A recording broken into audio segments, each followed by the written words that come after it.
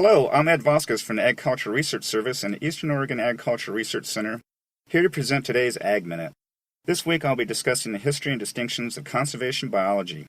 Conservation biology is defined by some as a crisis discipline, whose goal is to provide principles and tools for preserving biodiversity. But even though crisis-oriented, conservation biology always has a long-term goal in view: the viability and persistence of functioning ecosystems.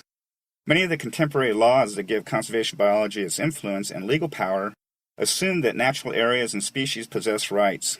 For example, one of the cornerstones of conservation law, the Endangered Species Act, assumes that endangered species have the right to life and liberty, apart from any value or service they provide to humans. Today, the cause of conservation is a worldwide effort with original and significant contributions arising from a diversity of nations and peoples. Many of the conservation's most foundational institutions and concepts, such as national parks and the legal frameworks that systematically support and preserve such institutions, promote purity of water and air, and they are essentially inventions of the United States. Thus, a brief survey of the history of conservation in the United States is an appropriate starting point for understanding modern conservation efforts worldwide. Finally, in August of 1870, an expedition led by the Surveyor General of Montana, Henry Washburn, Nathaniel Langford, and Lieutenant Gustavus Doane, commanding a military escort, left Fort Ellis, Montana, and proceeded into Coulter's Hell. One member of this expedition, Judge Cornelius Hedges, argued that the entire region should be set aside in perpetuity as a national park for the enjoyment of its citizens as well as visitors from around the world. On March 1, 1872, Congress approved a bill creating Yellowstone National Park as a public and pleasuring ground for the enjoyment of the people. Prior to the Washburn expedition, writers like Ralph Waldo Emerson and Henry David Thoreau were among notable American authors and intellectuals in the 19th century who contributed to the foundation of the romantic transcendentalist ethic. This ethic argued that the highest and best use of nature was not the extraction of its resources as commodities, but the appreciation of its intrinsic values and aesthetic qualities through the human spirit where it could be renewed and reformed.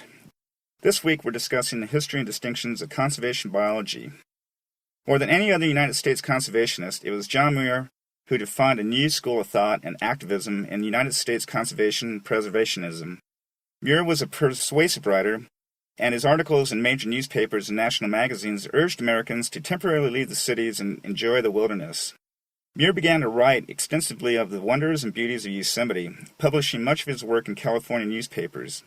In 1890, Secretary of Interior John Noble, inspired by Muir's writings, convinced President Benjamin Harrison to support a Yosemite Park bill. The Yosemite Bill was signed into law on October 1, 1890. The assassination of President William McKinley in 1901 brought his young Vice President, Theodore Roosevelt, to the Oval Office. In his youth, Roosevelt was trained as a biologist at Harvard.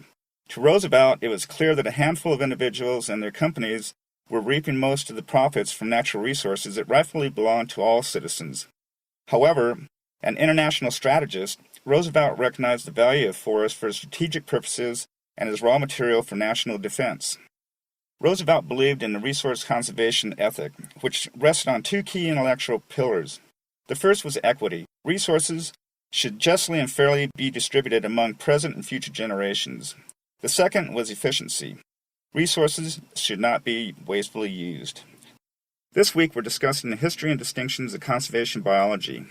Gifford Pinchot was a forester trained in European traditions of scientific forest management. Pinchot also believed in the resource conservation ethic. A gifted administrator, Pinchot built the Division of Forestry in 1898. Eventually, the Division of Forestry was reorganized under Roosevelt's administration and Pinchot's direction to become the United States Forest Service.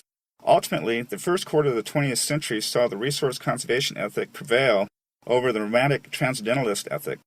Aldo Leopold, who once worked for the Forest Service, developed a new paradigm for connecting science and conservation. The discipline was game management. His experience and reflections culminated into the classic textbook, Game Management, published in 1932. He believed in management, but enlightened management that focused on managing ecological processes, not individual populations of plants and animals. Next was the emergence of public environmental awareness. It remained for another biologist, Rachel Carson, to alter this conventional wisdom. Carson, also a gifted writer, would change the culture of conservation and indeed initiate an American environmental movement, with their fourth book published in 1962, Silent Spring. Her work laid the foundation for public understanding of three key principles. First, pollution and environmental degradation affect creatures at many different levels of ecosystem functions through cycling of matter. Second, environmental degradation and pollution were not merely local annoyances, but regional problems with global connections. Third, such degradation and pollution were not merely irritating, but life-threatening. This week we've been discussing the history and distinctions of conservation biology. Through the work of Leopold and others, applied sciences and resource management gained academic respectability in state universities after the 1930s. The most persuasive and influential of these disciplines were forestry, silviculture, fisheries management, outdoor recreation management, range management, and wildlife ecology. The applied resource management sciences in general, and wildlife ecology in particular, prospered in the climate of a growing environmental and conservation movement of the 1960s and 1970s. However, individuals of the applied sciences did not always understand or effectively respond to the growing chorus of voices in developing field of environmental ethics that claimed that all species, not merely game animals and fish, livestock, or plants of commodity value, possessed intrinsic values in addition to utilitarian values. In 1978, during a meeting, Michael Soley, a biologist, made an impassioned plea to his colleagues. With the world experiencing an epidemic of species extinction, it was time for academics and conservationists to join forces to save threatened and endangered species. A new scientific organization, the Society of Conservation Biology, and a new discipline, conservation biology, were born. This is Ed Vasquez. Thanks for listening. Have a great weekend.